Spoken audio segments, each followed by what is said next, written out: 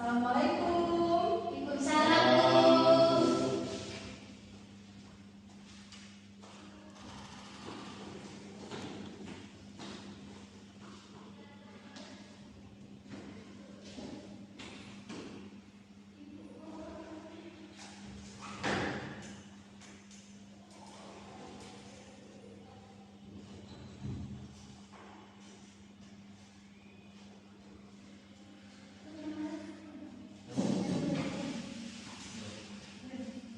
Assalamualaikum warahmatullahi wabarakatuh. Waalaikumsalam warahmatullahi wabarakatuh. Gimana kabarnya anak ibu, sehat? Sehat, Bu. Alhamdulillah. Gimana, siap untuk mengikuti pembelajaran hari ini? Siap, Bu. Baik, kalau siap, ibu ingin melihat di sekitar anak-anak. Kalau ada sampah di bawah kursinya, tolong diambil ya, Nak, ya. Agar anak-anak itu juga fokus untuk mengikuti pembelajaran kita pada hari ini. Oke, baik, ketua, silakan baca doa dulu, Nak. Bismillahirrahmanirrahim. Amin. Baik, ibu minta kepada Nak Ibu Azizah bacakan Quran surah Al-Ikhlas, Nak. Bismillahirrahmanirrahim. Qul huwallahu ahad, Allahus samad, lam yalid wa lam yulad wa lam yakul lahu kufuwan ahad. Shadaqallahul azim. Mudah-mudahan dengan membaca doa dan ayat Al-Quran tadi, maka anak bisa fokus untuk mengikuti pembelajaran kita hari ini, dan Allah Subhanahu wa Ta'ala meridhoi pembelajaran kita pada hari ini. Baik, kita akan mengasah terlebih dahulu, Nak. Ada yang tidak hadir, Nak? Hadir semua, Bu. Ada semua ya. Nah, pada semangat di hari ini ya. Semangat, Bu. Baik.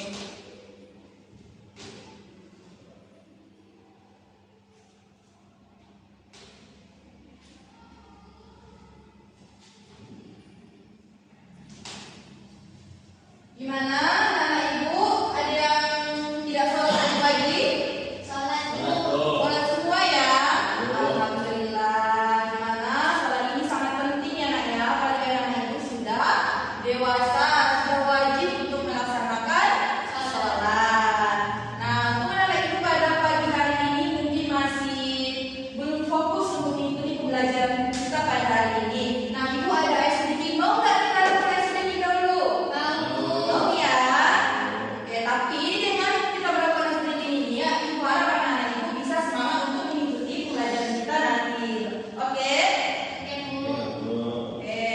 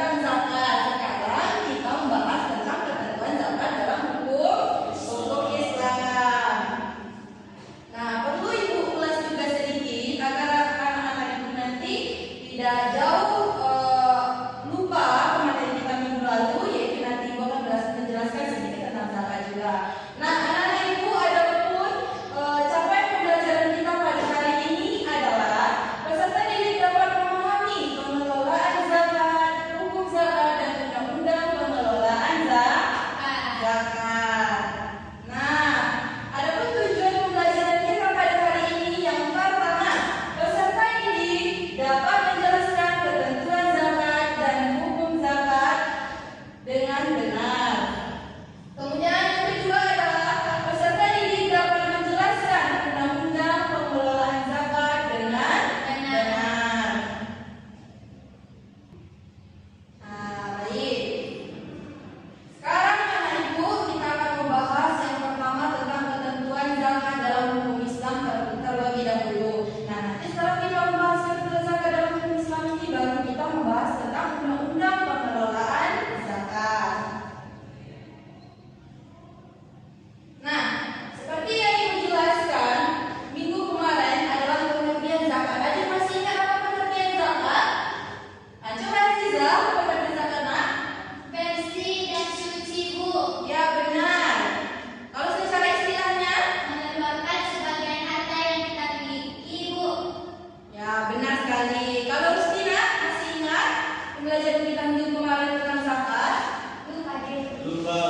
Aduh, udah lupa ya, makanya Ibu harus mengulas terlebih dahulu sedikit tentang zakat ini agar anak-anak Ibu tidak jauh terlupa dengan materi kita minggu kemarin. Karena materi kita minggu kemarin berkaitan dengan materi kita hari ini. Nah, zakat ini menurut bahasa tadi benar yang dikatakan Aziza adalah suci, bersih, subur, tumbuh, dan berkembang. Menurut istilah adalah mengeluarkan sebagian harta yang kita miliki dengan jumlah dan ketentuan tertentu dan diberikan kepada orang-orang tertentu, yaitu orang-orang yang berhak untuk menerima zakat atau kita sebut dengan mustahik zakat. Nah, Ibu kemarin juga sudah menjelaskan bahwa zakat itu ada dua, yaitu ada zakat fitrah, ada zakat mal. Nah, ada yang Ibu tahu apa itu zakat fitrah? Ya, Aziza, silakan. Zakat saat Idul Fitri, Bu. Ya, benar sekali. Zakat fitrah ini adalah zakat yang dikeluarkan pada saat bulan Ramadan, di mana zakat fitrah ini tujuannya adalah untuk mensucikan jiwa kita, untuk membersihkan harta kita dan juga suci kembali fitrah di hari raya yang suci, yaitu hari raya Idul Fitri. Nah, yang kedua disebut dengan zakat mal. Nah, Kristi masih ingat apa itu zakat mal? Ya, benar sekali, zakat harta. Di mana zakat mal ini adalah zakat harta. Zakat harta yang kita keluarkan apabila sudah mencapai nisab dan kaulnya. Baik, anak-anak Ibu, sekarang kan kita membahas tentang hukum zakat nih dalam hukum Islam. Nah, tentu kita tidak akan terlepas dari hukum Islam, di mana dasarnya adalah Al-Quran, hadis, dan sunnah. Semua yang ada yang kita atur dalam kehidupan ini tidak akan terlepas yang namanya dengan Al-Quran, hadis, dan sunnah. Nah, untuk puasa ini dasar hukumnya adalah yang pertama, yaitu Quran surat Al-Baqarah ayat 43 yang berbunyi Bismillahirrahmanirrahim wa aqimus sholata wa atuz zakah wa raka'u ma'ar rakiin, yang artinya laksanakanlah sholat, tunaikanlah zakat, dan rukuklah beserta orang-orang yang rukuk. Maksudnya di sini adalah bahwa perintah sholat ini sama dengan perintah zakat, di mana Allah Subhanahu wa taala memerintahkan untuk kita melaksanakan sholat. Dan hukumnya wajib. Nah, begitu juga dengan zakat. Zakat juga sama kedudukannya dengan sholat, hukumnya adalah wajib. Wajib dikeluarkan oleh setiap muslim. Pendasar yang kedua, yaitu terdapat dalam Quran surat At-Taubah ayat 103. Nah, coba anak-anak Ibu Aziza, silakan dibaca, Nak. Bismillahirrahmanirrahim. Khudh min amwalihim shadaqatan tutahhiruhum wa tuzakkihim biha wa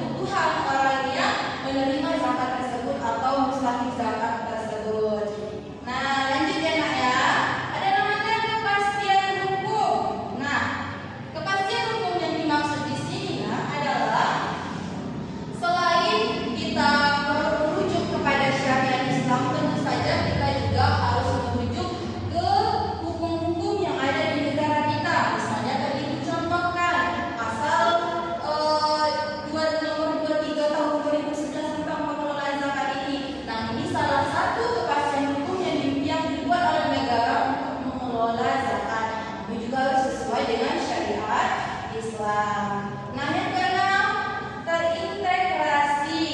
Nah, terintegrasi di sini adalah sesuatu tersebut bukan hanya terpaku atau terpaku hanya dalam satu pengelolaan saja, tetapi harus juga dengan sumber-sumber yang lain, di mana nanti pengelolaan tersebut dengan berkolaborasi dengan sumber lain akan menghasilkan pengelolaan zakat yang bersih, aman, dan terpercaya.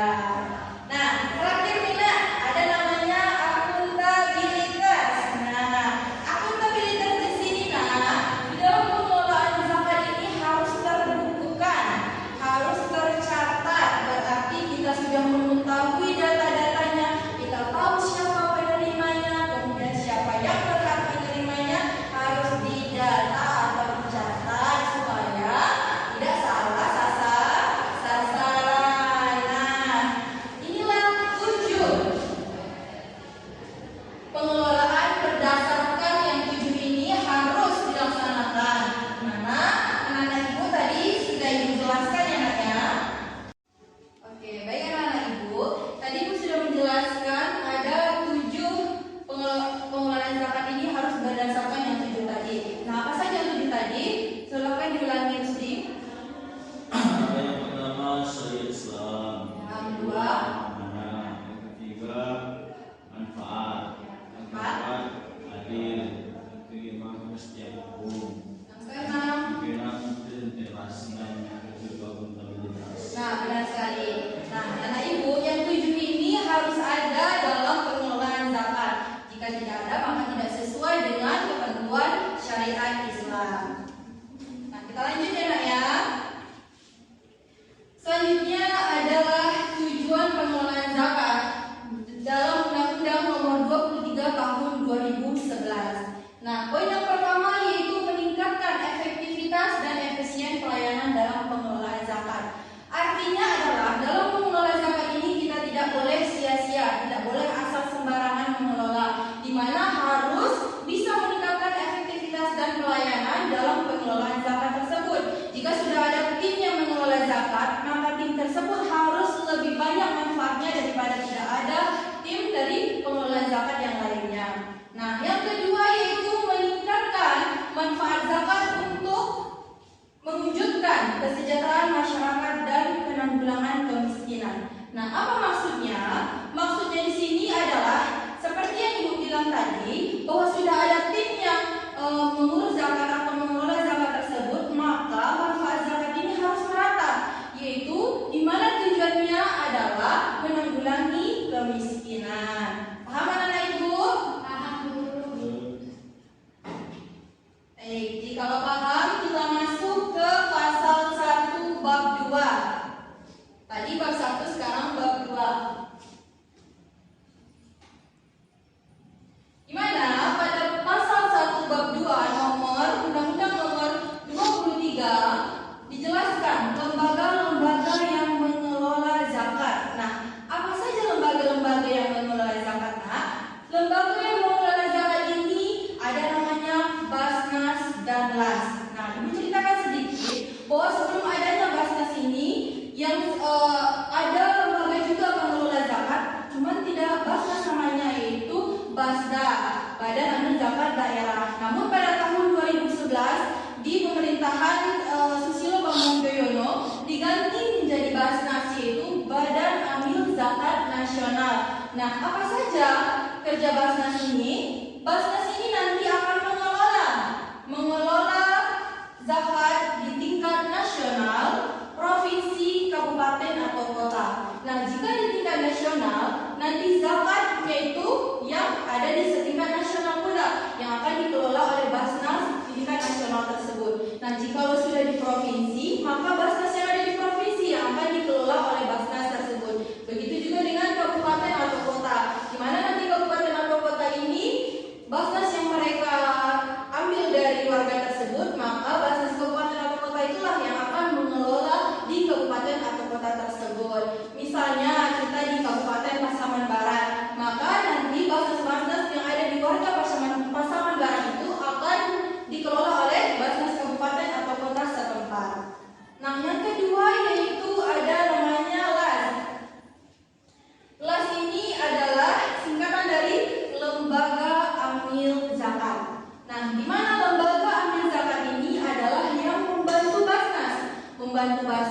dalam melaksanakan tugasnya seperti mengelola, mendistribusi, menyalurkan, dan lain sebagainya. Paham anak ibu?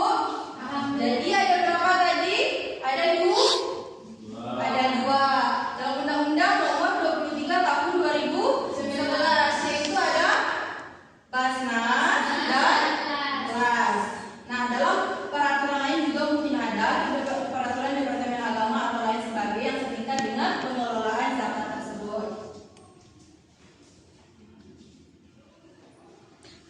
Nah, sekarang kita lanjut pada bab 3. Nah, pada Undang-Undang Nomor 23 Tahun 2011 ini, pada bab 3 dijabarkan. Yang pertama yaitu pengumpulan.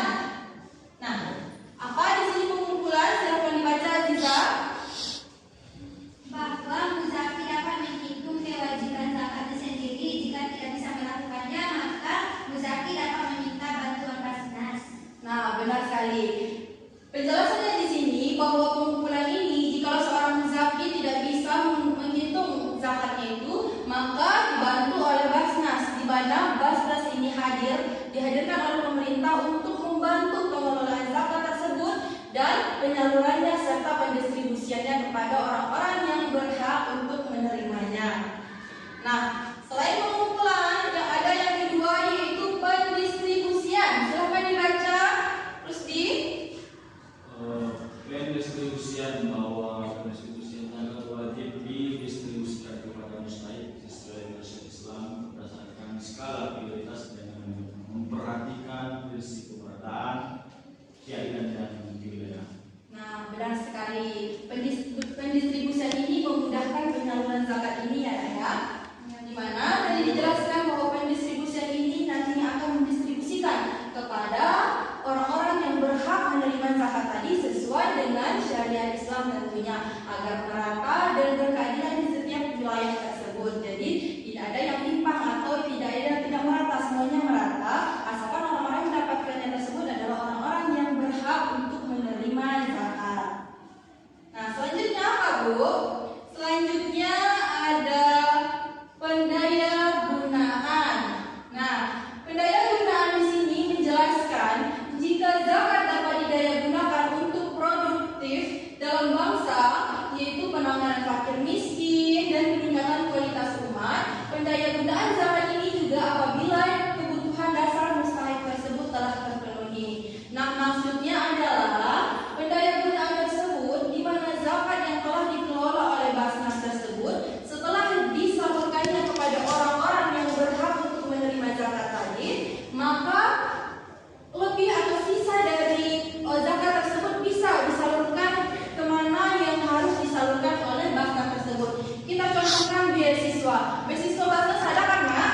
Ada, Bu. Nah, itu merupakan salah satu dana dari zakat, di mana Basnas tersebutlah yang melihat apa saja potensi yang harus mereka berikan bantuan, apa saja yang berhak untuk menerima dana zakat tersebut. Misalnya tadi beasiswa, ada juga kalau Ibu lihat atau Ibu survei dari Badan Amil Zakat tersebut, mereka juga memberikan bantuan kepada orang yang tua, yang sakitnya sudah berlebihan dan tidak mempunyai biaya, maka Basnas juga mengeluarkan bantuannya.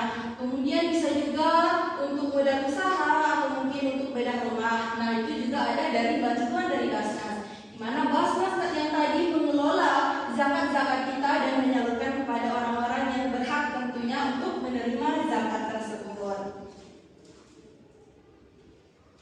Nah, setelah dipendaya gunakan, tentu nanti akan disalurkan dan dipertanggungjawabkan oleh Badan Amil Zakat tersebut. Mana pertanggungjawabannya nanti akan bertingkat, di mana Basnas bertanggung jawab kepada Presiden melalui menteri-menteri dan orang-orang setingkat di atas dari Basnas. Nah, untuk itu anak ibu bisa mengambil kesimpulan dari pembelajaran kita hari ini, nak. Nah, ibu mau nanya nih, kalau benar anak-anak ibu memperhatikan apa yang sudah ibu jelaskan tadi, tentunya anak ibu bisa menyimpulkan apa saja yang ibu jelaskan mulai dari awal tadi, hukum syariat, zakat dalam Islam, kemudian undang-undang pengelolaan zakat. Nah, ibu minta kepada anak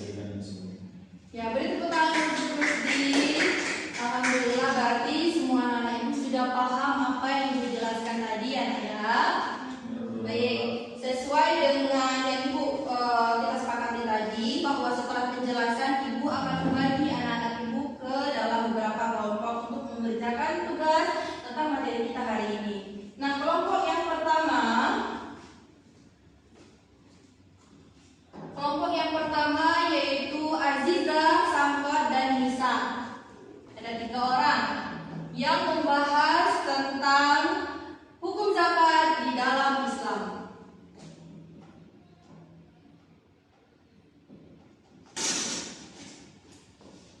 Kelompok kedua yaitu Rusdi, kemudian Yusran, dan Randa, membahas tentang undang-undang pengelolaan zakat. Itu apa saja undang-undang pengelolaan zakat tersebut?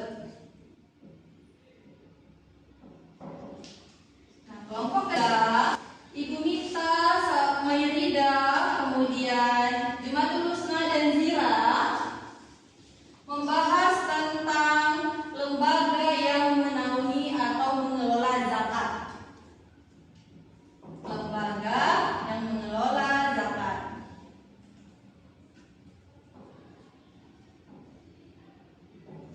Oke, sudah paham dengan tugasnya, Nak? Sudah, Bu. Oke, Ibu minta anak Ibu duduk sesuai dengan kelompok yang Ibu bagi dan silahkan cari materi yang sudah Ibu tentukan ini. Nah, kepada anak Ibu disilakan.